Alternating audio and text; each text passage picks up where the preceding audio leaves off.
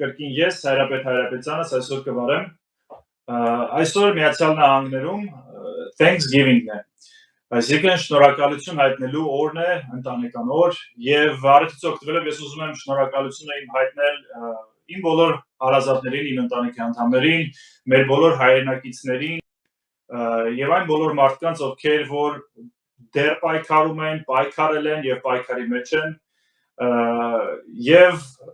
շնորհակալություն հայտնել այսօրվա իմ հյուրից, եւ այսօրվա իմ հյուրն է Տիգրան Մանուկյանը, նա Սասնա ծռերից է եւ ՊՊՑ գնդի ազատագրման, ես ուզում եմ ասել գրավման, բայց ազատագրման անդամներից մեկն է։ Բարև ձեզ Տիգրան, շնորհակալություն այսօր իմ հյուրը լինելու համար։ Տիգրան ջան, առաջի հարցը որ կուզենայի տալ, երբ եք առաջին անգամ զգացել, որ զենք վերցնելը այլևս վերջին տարբերակն է։ Գիտեք, շատ ավելի վաղ, քան ապստամբության ժամանակաշրջանն էր, ժամանակահատվածն էր, որովհետև քանի որ այս իշխանությունները իրենք շարունակողն էին սովետական միության իշխանությունների, իսկ սովետական միության իշխանություններից հետո երբ ստեղծվեցին այսպես նեոսովետական նոր իշխանություններ, ժողովրդի մոտ ատելության բանը միանգամից բարձրացավ, եւ դեռևս 90-ականներից ժողովուրդը, ես ինչքան որ ես հիշում եմ, պատանի եմ եղել, ժողովուրդը խորը ատելությամբ էր լցված իշխանության նկատմամբ, եւ պայթեցնել եւ կրակել, վառել այս հանցագործներին դեռևս 90-ականներից հանուն արդարության ասեմ, որ ժողովրդի մոտ եղել է։ Պարզապես իրավիճակն էր այնպիսին, որ եւ այդ փորձերը ժողովրդի ընդվզումները, տարատեսակ ընդվզումները ճնշվում էին հենց իշխանությունների ձեռքերով Լևոն Տեր-Պետրոսյանի խավորությամբ։ Այդ ժամանակ սարսափելի բեսպրեդել էր տիրում Հայաստանում եւ ապստամբության ձգտումը ըստ էության եղել է այսպես կոչված այս երրորդ հանրապետության ստեղծումից ի վեր։ Մինչդեռ եղել է եւ չմոռանանք մարտի 1-ի դեպքերը, դրան նախորդող հաջորդող բռնությունները եւ արդեն պիկը, որը հասավ ապստամբության, արդեն լրիվ Արցախի հանձնումն էր, որ այլևս ուղղակի հանդուրժել հնարավոր չէր եւ շատ վաղուց, այո։ Այո, նախ հիշեցնեմ մեր հայրենակիցներին, որ հենց այդ ապստամբության հետևանքով էր, որ Արցախի հանձնումը որոշակի ժամանակաշրջանով հետաձգվեց եւ ինչի համար մենք շատ շնորհակալ ենք ձեզ եւ առասարակ համաձայն եք այն մտքի հետ, որ զենքը վայր դնելը առասարակ ճիշտ չէ։ Միշտ պետք է պատրաստ լինել պայքարի, իհարկե հիմա ներկա իրավիճակում մենք գիտենք թե ինչքան խոչընդոտներ կա դրա հետ կապված, բայց առասարակ միշտ պետք է զենքը ոչ ուղղակիորեն կարելի է նաև ընկալել, առասարակ պայքարի մեջ միշտ լինել։ Գիտեք, դա իհարկե այդպես է, բայց այնքան վատ է հիմա մեր երկրում վիճակը, որ ստիպված խոսում ենք ընդդեմ ապստամբության միջազգային իրավունքի, այսինքն մեր ժողովուրդը այն աստիճանի է խեղճացած, մեր երկիրը այնքան է այսպես սովետականացված, որ ապստամբության միջազգային իրավունք կոչվածը մեր երկրում ստիպված ենք վերահաստատել, որ այդպիսի բան գոյություն ունի, հասկանում եք, այսինքն այն գործում է, այն կա, բոլոր երկրներում այն շատ լավ, այսպես շատ երկրներում օրենքի ուժ ունի նույնիսկ, իսկ մեզ մոտ ստիպված ենք մարդկանց համոզել, որ սա բան է, շատ կարևոր, ոնց ասեմ, անհրաժեշտության գոյության կռիվ է։ Իհարկե, ուրեմն դա միշտ պետք է լինի, որովհետև այ իշխանությունը այն ժամանակ իմ կարծիքով կսկսի խելոքանալ, երբ իմանա, որ ժողովուրդը ամեն վայրկյան կարող է ապստամբել։ Օրինակ, այդ ապստամբությունը եւ միայն պետք է զինված տեսանկյունից նայել, փողոց փակելն է ապստամբություն, երթերն են ապստամբության մերկ տեսակներ են, բայց դա էլի ապստամբություն է։ Եվ այդ ապստամբություն բառից խորշել պետք չէ, բնավ խորշել պետք չէ։ Այն ժողովուրդների հետ եկել է, ժողովուրդների հետ էլ գնում է, հատկապես հայ ժողովրդի, եւ այնպես որ այս պարտվողական ժամանակները, որոնք փորձում են խեղդել ապստամբության գաղափարը եւ այլ, սրանք ժամանակավոր եւ անհույս փորձեր են։ Այո, հայ մարդը պիտի միշտ պատրաստ լինի եւ արտաքին եւ ներքին թշնամիների դեմ, հատկապես երբ որ Ռուսաստանի ու Թուրքիայի նման այսպես դահիճ վայրենի իշխանություններ, որոնք հենց ներքին տականքի ձեռքերով են խեղճացնում մեր ժողովրդին։ Այո, ես էլ եմ կարծում, որ ապստամբությունը դա բնականon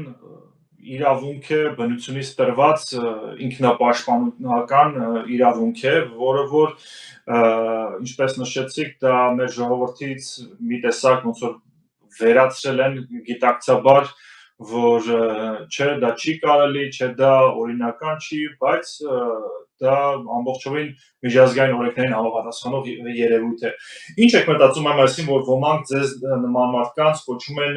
ծայրահեղականներ։ Նու կապված, որ կողմ եք ապստամբության։ Գիտեք, ծայրահեղական կոչելը սա եւս ունի խորքային դաստիարակության խնդիր։ Ես ուզում եմ փորձել պարփակել 30 տարիների մեջ գոյություն ունի Լևոն Տեր-Պետրոսյանական մի այսպիսի քաղաքենիական զզվելի մտածելակերպ, որը այսպես ծայր աստիճան, այսպես են իբրև թե քաղաքավարության, որ այլևս ցիվի շնորհքով, այդպես կրթված, գերկրթված, այսինքն որ պետք է ուղղակի այսպես օրենքով սիրուն ամեն ինչ եւ այդ են տեսակն է, որը որ ինքը հենց իրենք են հորինել այդ ծայրահեղական արտահայտությունը, որը ասենք դեմագոգիայի նման ինչ որ մի բան է։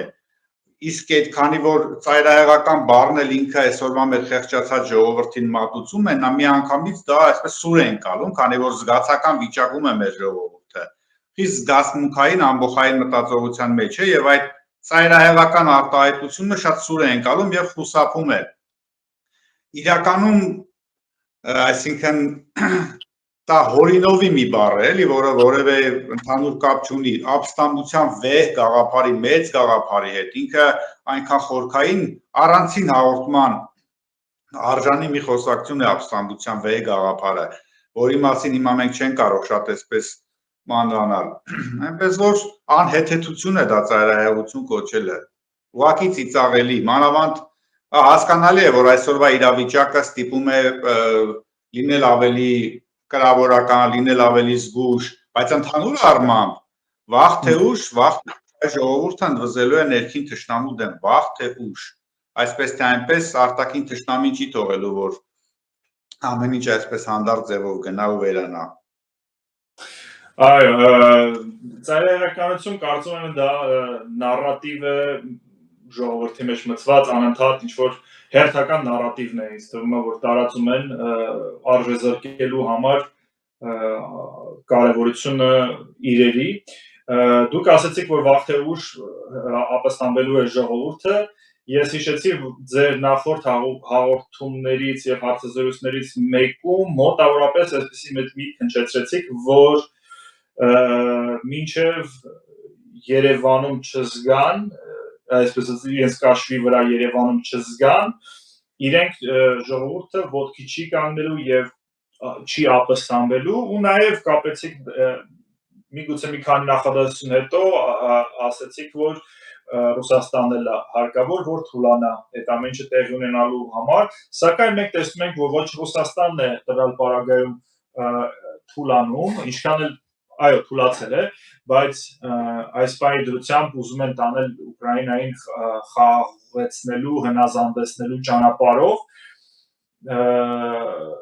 եւ Երևանում էլ որքան էլ որ կան sense առնետանման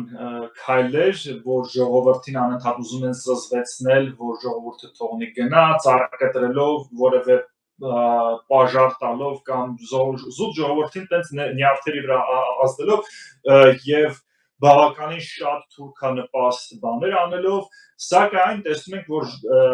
այդ դանակը շատ խորն է գնում եւ ոսկորին կարծես թե չի էլ հասնում։ Ինչ եք կարծում, այս պարագայում ինչ պետք է տեղի ունենա, ինչ ձև պետք է ժողովուրդը զգա կամ էլ ինչ ապրումներ պետք է ժողովուրդը ունենա, որպեսզի ասի, չէ, գիտեք ինչ է, Հերիքա արդեն էլի հերիքա եկեք իրենց անունով կոչենք թշնամիներն էլ մենք չենք ընտրել իրանք են մեզ ընտրել թշնամիները եկեք պայքարենք Գիտեք եկեք հիշենք հայոց ցեղասպանությունը անգամ ցեղասպանության ժամանակ նույնիսկ էլի տարատես ճիշտ է կային տարբեր հերոսամարտեր բայց այնուամենայնիվ մեր ժողովուրդը կայսրությունների դեմ դուրս գալու սովորություն չունի ցավոք սրտից այդպես է գուցե դա գալիս է խորքային իմաստնությունից չեմ կարող ասել բայց մինչև կայսրությունը չի թուլանում մեր ժողովուրդը չի ընդվզում ինչպես եւ 88 թվականին եկեք շատ հեռուն չգնանք 88 թվականին արդեն թուլացած էր ԽՍՀՄ եւ հայ ժողովուրդն էր, որի տարբերություն մյուս սովետական ժողովուրդների համարձակվեց ընդվզել այդ թուլացող կայսրության դեմ եւ բոլորն են երկրպագում հայ ժողովրդի սովետական ժողովուրդները այսինքն այստեղ դանակը ոսկորին վաղուց է հասել ինքնասիրությունը վաղուց է ոտնահարվել բայց մեր ժողովուրդը այսպիսի մոտեցում ունի ինքը չի ուզում ուղիղ առճակատման գնալ ռուսական կայսրության հետ որովհետև շատ լավ հասկանում է, որ ինքը հետևանքները կարող են շատ աղետալի լինել, այլ ավելի շատ սպասում են համբերատար ձևով, գուցե որոշ մասը վախենալով, որոշ մասը համբերատար լինելով, այդ թվում նաև մենք փորձում ենք մի փոքր ավելի զուսպ լինել եւ համբերատար, մինչեւ որ կայսրությունը իր տրոհումը կունենա, այ որ դուք ասում եք ռուսական կայսրությունը փորձում է խեղդել Ուկրաինային, դա միայն առերևույթ է այդպես երևում, եթե մի փոքր ավելի խորքից նայենք Այո, վիճակը շատ վատ է, շատ հեշտ է Հայաստանից Ուկրաինայի մասին ինչ-որ լավ բաներ խոսել, գովել, բայց իրականում շատ ծանր է Ուկրաինայի վիճակը, սակայն չմոռանանք, որ միշտ բոլոր իրական հաղթանակները այդ ծանր վիճակներից են սկսում եւ գամ իմ նախորդ մտքին, որը դուք հիշատակեցիք, այո, այստեղ եւս իրավիճակը ճիշտ է, վատ է, շատ վատ է, բայց այն աստիճանի չի սրվել դեռ մարդը կարողանում է օրինակի համար գնալ, գալ, աշխատել, իր տուն հաց հասցնել եւ կրկին Երևանցին եւ մյուս մարզերի քաղաքների ապրողները տարբերվում են ծայրամասային մարզերի, գյուղերի բնակիչներից։ Այո, այստեղ դեռևս հարաբերական անդոր է եւ այստեղ երբ այն պահին, երբ կայսրությունը ինքը իր տրոհումը կունենա իր ավարտը, այստեղ Երևանի վրա նույնպես յետվալու է, դրանք փոխկապակցված են։ Չի կարող Երևանի վրա դա չերևալ, որովհետև նախկին ներկա աղմուկը շատ բարձր է, նախկիններ եւ ներկաներ իշխանությունների, սրանք իմ կարծիքով ի վերջո գնալու են խորքային առճակատման ռուս-թուրքական այսպես հրահրմամբ, այսինքն տարածաշրջանի ընդունում հանձնումը կարծում եմ մեր տարածաշրջանում արյունալի է լինելու եւ այստեղ է որ ժողովուրդը փորձելու է իր խոսքը ասել։ Իսկ այդ բախումը լինելու է այն ժամանակ, երբ թուլացող Ռուսաստանը իր նահանջի փուլում լինի, վերջնական։ Պիտի օգնի ժողովուրդը թույլ չտալով որ հեռացող Ռուսաստանին Թուրքիայի փոխարինումը։ Այո։ Ախր Ռուսաստանը որքան էլ որ թուլանա, միևնույնն է տնտեսապես, ռազմապես մեզանից հզոր լինելու եւ 88 թվականին էլ մեզանից էլի ամեն դեպքում հզոր է եղել Միգուցե ինչ է կարում, սա կապված է որոշ անհատների, ասենք, չգիտեմ, Պուտինը մահանա, այդ դեպքում միգուցե մի այնտեղ խժդժանք տեղի կունենա, այդ ժամանակ այդ թուլացումը նկատի ունեք, այդ ձև պետք է թուլանա, որ մենք կարողանանք մի բան անել։ Այստեղ անձերի խնդիր չի, այստեղ կա կայսրության խնդիր, կայսրությունը երբ որ թուլանում է, այդ ժամանակ հայ ժողովուրդը կարողանում է ինչ-որ քայլ կատարել։ Պուտինը, գիտեք ոնց, Պուտինի անձը չի, կա այստեղ ռուսական կայսրության գոյության հարց, այստեղ չգիտեմ Պուտինի թուլանալուց կամ Պուտինի հեռանալուց ինչ կլինի, կդժվարանամ ասել, էլի, բայց կայսրությունը ինքը որպես այդպեսին դեռևս ատամները սեղմում է եւ ինքը ինչ-որ ժամանակ գալու է, որ այլևս իր ներքին հարցերով է զբաղված լինելու, ինչպես 88 թվականից հետո էր։ Այդ ժամանակ մենք կարողացանք ընդվզել եւ որոշ չափով հաջողություններ ունեցանք, կիսատ պրատ տեկուս պետականությունը ստեղծվեց, Արցախը որոշ չափով ազատագրվեց, չէ՞։ Դա եղավ ԽՍՀՄ փլուզումից հետո։ Ինչպես օրինակ կարող ենք ավելի հեռուն գնալ 1917 թվականի Սարդարաբադյան հերոսամարտը եւս եղավ փաստորեն Օսմանյան կայսրության վերջին շնչից հետո, ցարական Ռուսաստանի տապալումից հետո, Այսինքն երբ կայսրությունը հեռանում է, այստեղ մեր ժողովուրդը կարողանում է ընդվզել եւ ինչ-որ բանի հասնել։ Այլ հարց է, որ այն հետո պահել չի կարողանում, բայց քանի որ հույս կա եւ վստահ եմ ես նույնիսկ, որ այս անգամ կայսրությունը մի փոքր ավելի թուլացած կգտնվի եւ մենք կարող ենք վերջնական ազատագրվել եւ Ռուսաստանի հետևողական թուլացումը մեզ ձեռնտու է։ Գուցե մի քիչ մեր արժանապատվության հաշվին է տեղի ունենում, գուցե մի քիչ ավելի շատ թանկ ենք վճարում բարոյապես, ֆիզիկապես, բայց որքան շատ ռուսական կայսրությունը թուլանա, ես թուլանալու մասին եմ խոսում, կործանվելու մասին, որքան շատ թուլանա, այնքան ավելի հետո դժվար կփորձի վերադառնալ ու այնքան ավելի քիչ հաջողության կհասնի այստեղ։ Եվ դրա համար այս չարիքը բարիք է բերում, այսինքն կայսրության այս դեռևս համառ գոյությունը, որը փորձում է պահպանել, նաև դրա հետ նա արյունակամ է լինում եւ որքան շատ արյունակամ լինի, այնքան մեծ ձեռնտու է։ Կայսրությունը թուլանա, նկատի ունեք, օրինակ հիմա ինչ ձև են նրանք ճնշում ժողովրդին, չէ՞, ներքին թուրքի ձեռքով են հիմնականում անում, սակայն նրանք ունեն նաև ԱԱԾ, ունեն բազմաթիվ ռեսուրսներ, գործիքակազմ, ունեն մարդկանց են ձայնալսում, գաղտնալսում, դուք նկատի ունեք, այս ռեսուրսներից են իրենք զերկվելու, եթե թուլանան, եւ այդ պարագայում միայն լինելու հնարավոր, որ մեր ժողովուրդը կարողանա ապաստամբել եւ կարողանա այդ ապաստամբությունը հասնել վերջնական ազատագրման, այս ռեսուրսների թուլացումն է, չէ՞, ես այսպես եմ հասկանում, չգիտեմ ճիշտ եմ հասկանում թե չէ, բայց ռեսուրսների թուլացման մասին է, չէ՞ խոսքը։ Ռեսուրսների թուլացման մասին է, բայց ոչ միայն ռեսուրսների թուլացման, տեսեք, օրինակ մի քիչ կարող է շատ այսպես սարկաստիկ հնչի, բայց մեր երկրում իշխանությունները ուղիղ կառավարվում են Մոսկվայից կամ Անկարայից, բայց իրենք ինչ-որ պահի է գալու, որ արդեն այլևս զանգեր չեն ստանալու, նույն ԱԱԾ, նույն իշխանությունները Մոսկվան խառը, ինքը զբաղված է լինելու իր ներքին խնդիրներով, այսինքն ինքը արդեն այն աստիճանի խառը լինի, որ Հայաստանի մասով ինքը Հայաստանը համարի երկրորդական երկիր եւ արդեն ԱԱԾ-ի գործունեությունն էլ շատ ավելի թուլացած լինի, որից հնարավոր լինի օգտվել։ Այսօր իրականում բավականաչափ թուլացած են, բայց այդքան թուլացած չեն, որ մենք կարողանանք օգտվել։ Նրանց մեխանիզմը դեռ աշխատում է, նրանք չի խափանվել։ Իսկ կայսրության մեխանիզմը ճիշտ եք ասում, որքան էլ թուլացած լինի, ինքը կա, գործում է եւ ինքը իր գործը անում է, ինչպես օրինակ մեզանից քայլ առաջ Վրաստանում ինքը իր ուզածին հասավ, այսինքն Իվանիշվիլին կարողացավ ճնշել ժողովրդի, այո,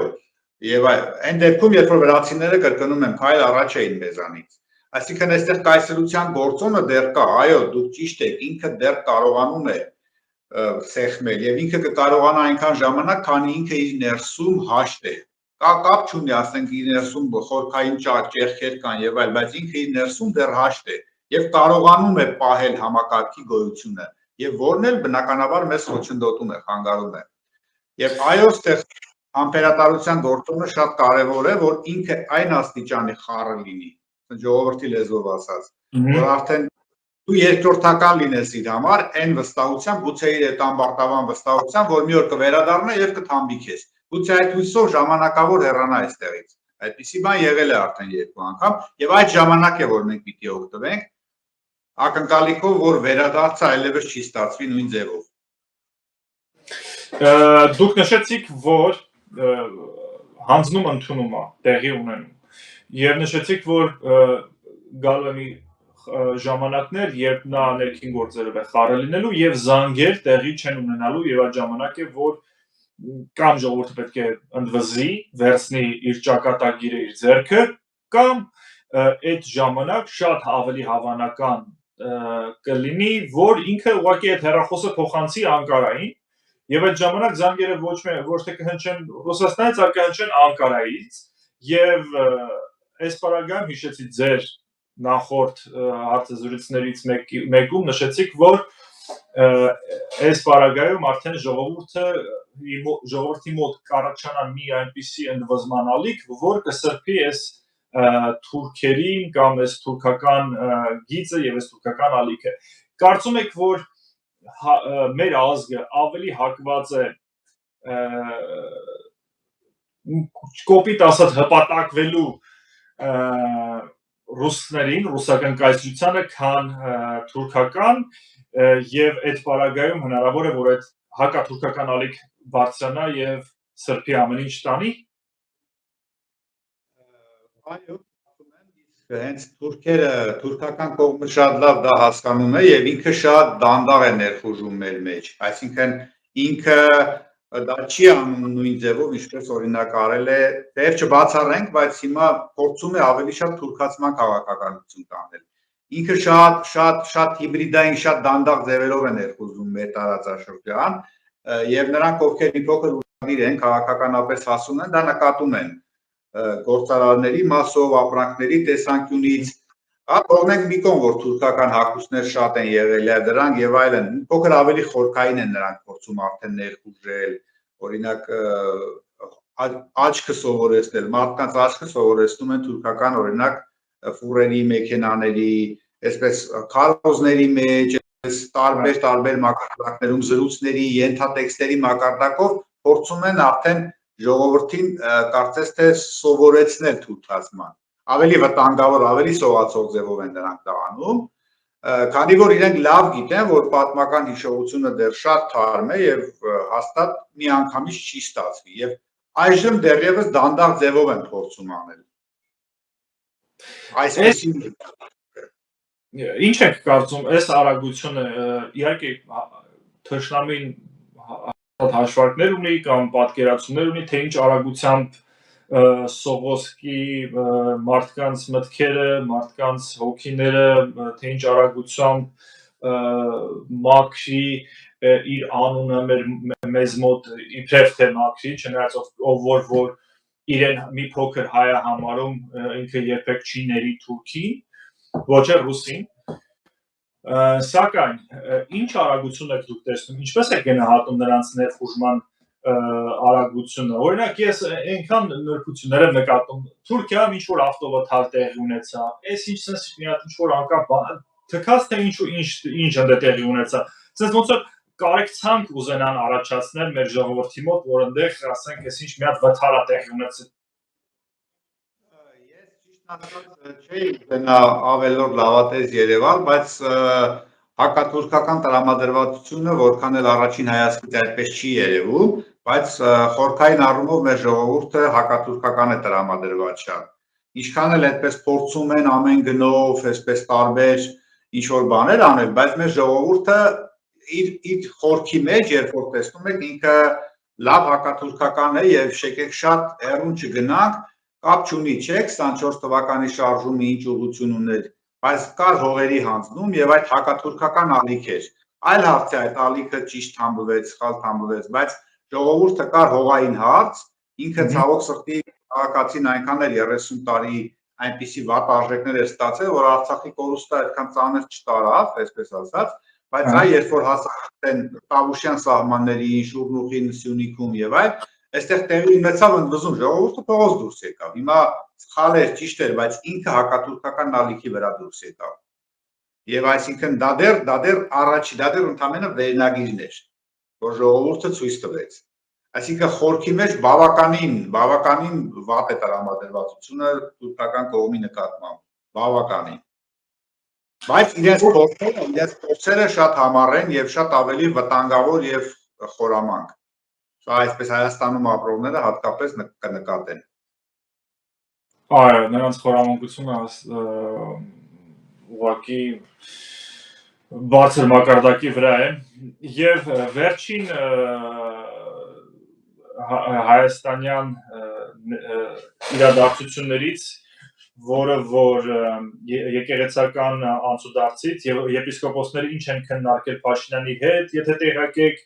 ի նպաստ եկեղեցու են քննարկումները եղել, թե ի նպաստ Փաշինյանի, ձեր կարծիքը սրա շուրջ խնդրում եմ։ Եվ արդյոք սա կապ ունի մեր նախորդ հարցին, որ քննարկեցինք Սողոսկու թուրքական գիծ է Սողոսկում սրանով։ Չեմ տևել 3 ճիշտ ասած ինչ հանդիպում է եղել Փաշինյանի եպիսկոպոսների մակարդակով, չգիտեմ, ինֆորմացիա չունեմ, Բայց քանի որ եկեղեցին միակ կառույցն է, որը փաստորեն ցույց տվեց անցած տարի, որ կարող է ժողովրդին հանել փողոց, հիմա իրանք պետք է փորձեն այդ մի մեթոդ, այդ մի վիճակի, այդ մի հնարավորությունից է զրկել ժողովրդին։ Պարզ է, շատ պարզ է, որ այս ամեն ինչը ինչ որ արվում է մի բանի համար, որպես եկեղեցին արժեզրկել։ Իսկ ինչպես են արժեզրկում թիրախավորված հոգևորականներ, որոնք ժառանգել են իրենց նախորդների մոլորություններն ու վախերը, խեղճությունները, բացասական կողմերը, ի վերջո պետություն չենք ունեցել, նորմալ չենք ունեցել, հետևաբար հոգևոր աշխարհը ենթարկվել է օտար զավթիչներին եւ իր անձնապես անհատների բարոյական որակները կարող են խեղված լինել, բայց խորքային առումով դա եկեղեցու ընդհանուր մեր եկեղեցու արժե համակարգի հետ որևէ կապ չունի։ Եվ ինքը թիրախավորում է եկեղեցին, բայց պատկերացրեք ինչ անամոթ քայլ է կատարում, էլի Փաշինյանը։ Թուրքական հրահանգով ինքը հոգևորականի անձն է թիրախավորում եւ սլակները ուղղում է եկեղեցու վրա։ Որ դրանք տարբեր բաներ, այ առաքելական եկեղեցին հոգևորականը չի Պողոս չի կոնկրետ, էլի։ Այո, կարծում եմ հայ առաքելական եկեղեցին դա յուրաքանչյուր անձի մեջ է գտնվում նախ եւ առաջ։ Ձեր հարցի մեջ ես չնկատեցի, որ դուք կարծում եք, հա, չնայած ասացիք, որ սա կապում եք, որ Թուրքիայի սողոսկման հետ եք, չէ՞ կապում նաև սա։ Այո, վստահ, դա այդպես է, անշեղորեն այդպես է, այո։ Այո։ Արժեզրկման հետ կապված ասացիք, որ արժեզրկում են եկեղեցին, ինչպես արժեզրկում էին Շուշին, որ դժբախտ դժգույն է, Արցախը պարան է մեր վզին եւ այլն։ Այս ամեն ինչը ինչ եք կարծում, արժեզրկումը ինչի համար է անում, արդյոք արժեզրկում են, որպեսզի արժեքը պոկում են, որպեսզի կոպիտ ասած էժանով վերցնեն։ Ինչու ոչ, ինքը պատմությունը միշտ այդպիսի մի բան ունի, մեր ցավոք սրտի կրկնվում է, գուցե ոչ նույն սցենարով, բայց կրկնվում է, երբ արդեն հնարավորություն ես ունենում պետություն ստեղծելու եւ այլն, եւ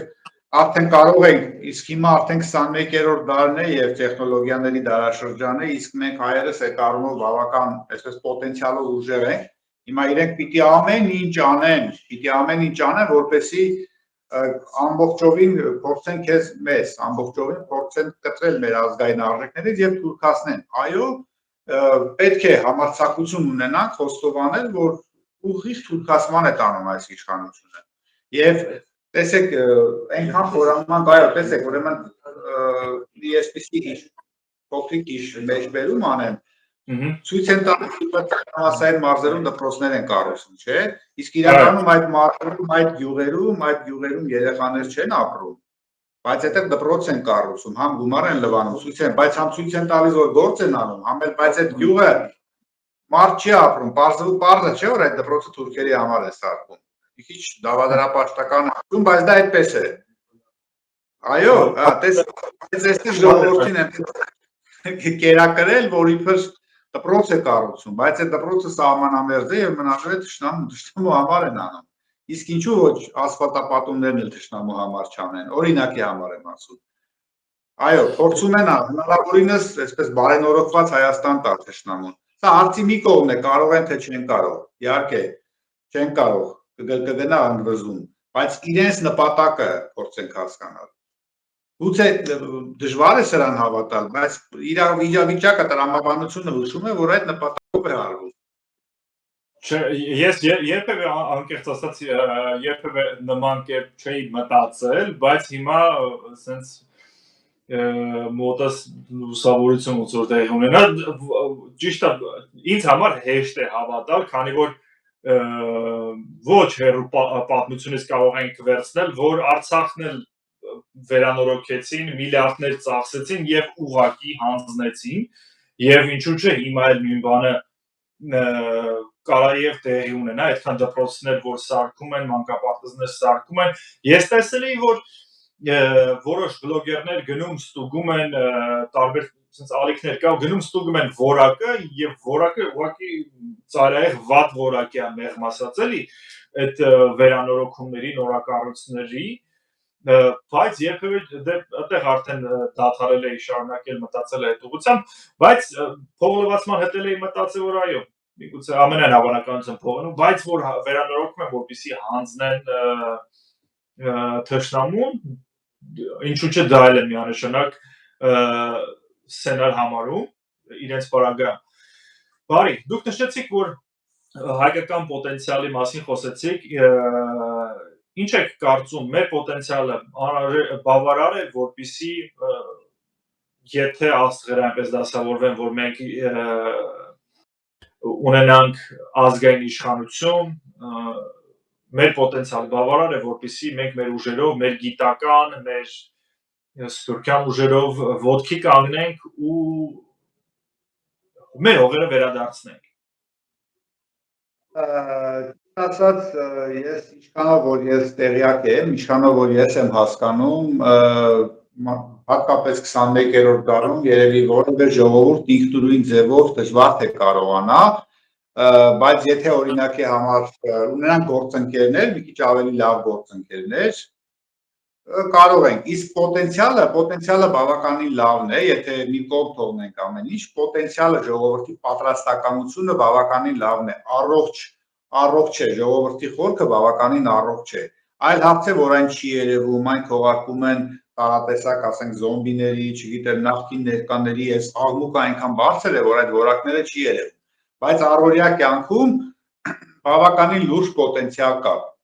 Այլ հարցը կրկնում եմ, որ այն գլխատվում է, ամեն անգամ գլխատվում է, այսինքն մասնագետը հեռանում է, մասնագետը վախենում է, մասնագետը, որը որ պիտանի է լավ տնտեսագետ լինելուն, ասենք այսպես, օրինակ ինձ հետ այնքան է պատահել տարբեր մասնագիտությունների մարդիկ առանցին շատ զգուշ հարցնում են ինչպես եք, ոնց եք, մենք պատրաստ ենք, մենք ձեզ հետ ենք, բայց դու հասկանում ես, որ այդ մարդիկ վախենում են գալ, քեզ հետ ճանապարհ գնալ, որովհետև գիտեն, որ վտանգավոր է, հասկանում եք, բայց կան մարդիկ, որ պատրաստ են, եթե ինչ-որ բանի հասնենք, լավագույն մասնագետները, այսպես ասած, դուրս կգան ջրի երես, բավականին շատ են, ես սա լավատեսություն չի իմ կարծիքով, իմ լավատեսությունը չէ, սա իրողությունն է, որը ամեն անգամ խեղդվում է տարբեր արտագաղթի մեջ, լռության մեջ, վախի մեջ։ Այո, ես էլ եմ կարծում, որ մենք ոչ թե կարծում, այլ գիտեմ, որ ունենք բավականաչափ գյուտարարներ, գիտնականներ, տնտեսագետներ, որ կարող են գալ եւ ուղղակի նորից վերաշինենք մեր երկիրը եւ հզորացնենք շատ արագ տեմպերով, ես դրանում վստահ եմ ուղղակի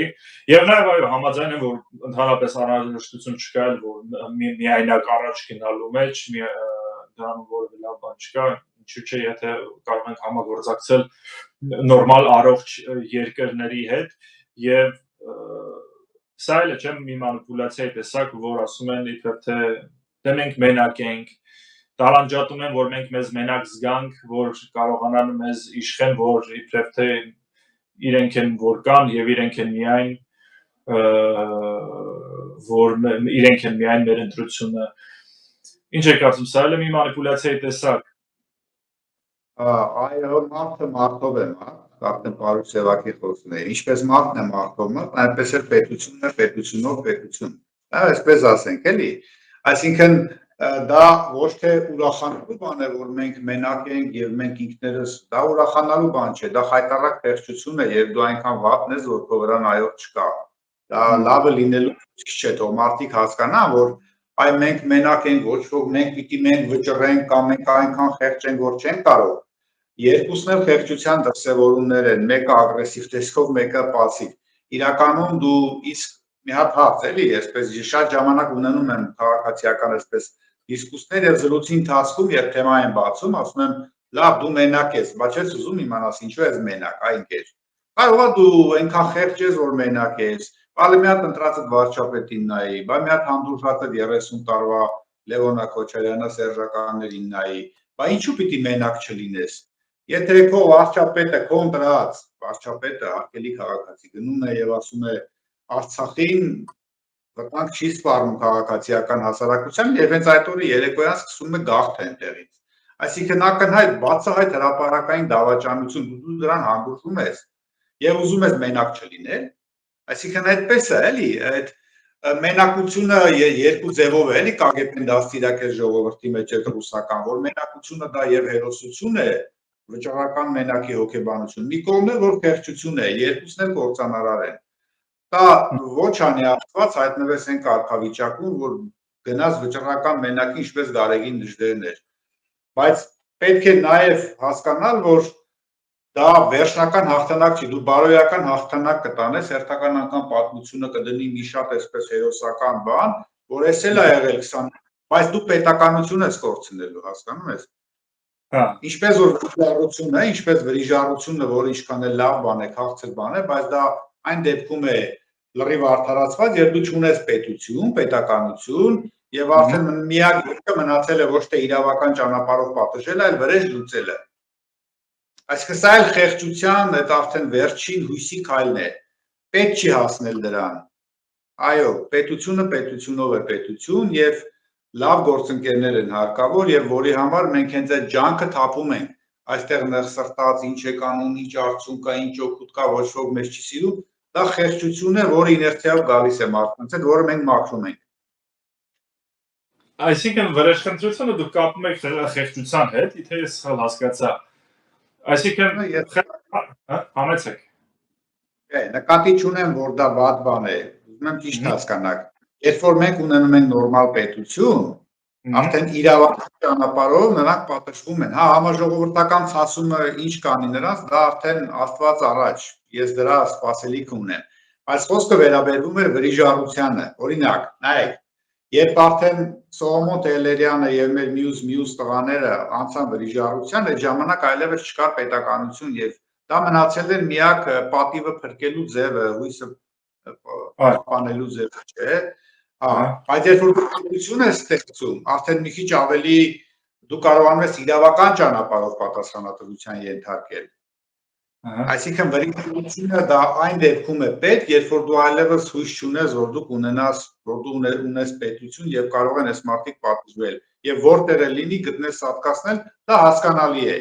Բայց դա Աստված չհասնի դրան, որ այդ աստիճանը լինի, այլ ստեղծենք պետություն եւ այդ մարդկանց բերենք դատարան, իրավական ճանապարհով դատենք։ Բարի, բայց չեք գտնում, որ հիմա արդեն այդ վիճակն է ինչ որ չափով թե դեռ ժամանակ կա, որ գնալ դրան, որովհետև արդեն իմ պատկերացմամբ բավականին ծարեղ վիճակում է մեր ազգը եկել եւ ձեր ասած օրինական ճանապարհները այլևս չեն գործում, երբ երկրի իշխանավորները այսպես կոչված ակնհայտորեն ստում են եւ իրենք ընդհանրապես փսիխոպատի մակարդակի վրա իրանք ամոթել չեն զգում, որ իրենք ստում են, իրենք գիտեն որ ստում են, իրենք գիտեն որ դու գիտես որ ինքը ստում է, բայց իրենք դրա հետ որևէ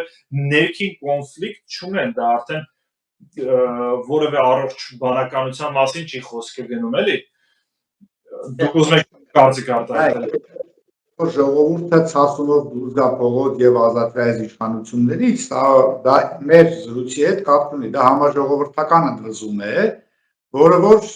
իհարկե ողջունելի է եւ մի օր դա լինելու է։ Դա լրիվ ողջունելի է, խոսքը դրան չի վերաբերվում։ Իսկ վրեժը ես լրիվ ուրիշ բանի մեջ էի ասում, պատկերացրեք այլևս չունես պետականություն, բայց մենք դեռևս դա ունենք եւ դեռ պայքարում ենք։ Պատկերացրեցիք, այսինքն խոսքը չի վերաբերվում նրան, որ օրինակ հիմա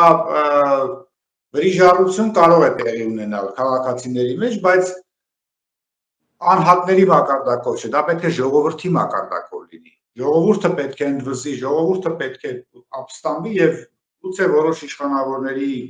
հարցերը լուծի, հասկանալի է։ Բայց անհատ վրիժառություն, երբ որ հասնում է արդեն դա այն ժամանակ է լինում, երբ որ այլևս չունենք պետականություն եւ հույս չկա, որ այդ մարդիկ պատժվելու են։ Խոսքը սրան է վերաբերվում, ոչ թե ժողովրդի ցասմանը։ Դուք ժամանակին այդ նույն հոգեբանությամբ գնացիք ապստամբության, միայնակ, ինչպես ասացիք, միայնակ վրիժառու։ Ինչպես ընդվզում է տեղի ունենում։ Այն ժամանակ շատ արդիական էր, ապստամբության գաղափարը ժողովրդի կողմից շատ ողջունելի էր, ընդունելի էր, մարդիկ բոլորն ասում էին սրանց զենքով, բոլորը ուզում էին ապստամբություն։ Այո, ես հիշում եմ։ Այո, եւ այդ ապստամբությունը տեղի ունեցավ եւ ժողովուրդն էլ պաշտպանեց մեզ։ Այո, իսկ հիմա քաղաքացիների մոտ նման բան չես նկատում։ Դեռևս քաղաքացիները այսպես կուչ եկած վիճակում են։ Սպասում են մինչև, ինչպես զրուցեցինք, կայսրության ավարտ, որ իրենք ընդվզեն։ Կայսրության ավարտը։ Եղավ, սպասենք, հուսանք, որ կայսրության ավարտը մենք կբերենք ինչ-որ չափով։ Ես մի բան մտքիս եկավ, որ կուզենայի ասել մեր հայրենակիցներին եւ ձեր հետ կիսվել, մի արժեթղթի մասին, որը տեղի է ունեցել Միացյալ Նահանգներում, կոչվում է GameStop։ Փոքր ընկերություն է եղել, որին արժեթղթերը խոշոր միլիարդանոց ընկերությունները ներդրումային իրենք անընդհատ վաճառել են։ Չեն հավատացել այս ընկերությանը եւ լինում է մի հոգի, ընդամենը մի հոգի, որ հավատում է այս ընկերության արժեթղթերին, GameStop-ը ինքը խանութների ցանց է ընդամենը, որտեղ վաճառվում են խաղերի դիսկեր եւ դրա հետ կապված ամեն ինչ։ Շատ փոքր ընկերություն է լինում, բայց ունեն թողարկած իր արժեթղթերը։ Մի խոսքով, այս մեկ հոգին հավատում է այս խանութների ցանցի արժեթղթերին, ասում է սրա մեջ արժեք կա, սրա մեջ արժեքը թեր արժևորվածը չեն գնահատում։ Եվ ինքը իր շուրջ հավաքում է համախոհներ, ովքեր որ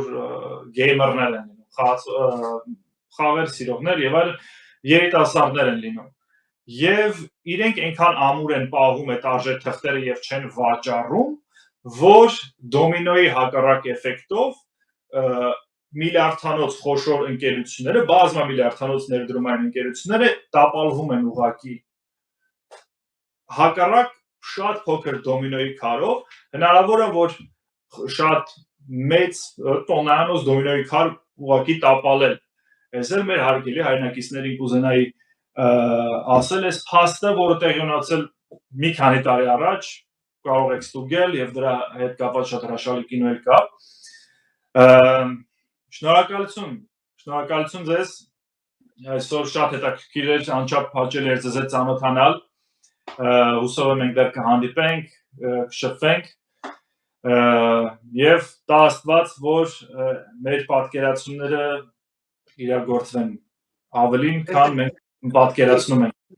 Էֆեկտը բերեցիք, Բևերը ինքը հենց այդ դոմինոյի քարն է։ Ձեր բերած օրինակը շատ տեղին էր, ճիշտ ասած։ Բևերը հենց այս հասարակության մեջ մեր այդ դոմինոյի քարն է, որ գուցե բղավում է արժեքը, բայց մարդիկ լրիվ ուրիշ բաներով են զբաղված։ Եվ այո, այդ դոմինոյի քարին մենք մեր այդ շախմատային օրինակով մենք մեր քայլը անելու ենք։ Եվ հենց այդ ձեր ասած դոմինոյի քարն է։ Հենց այս լավ նոտայի վրա էլ երևի ավարտենք։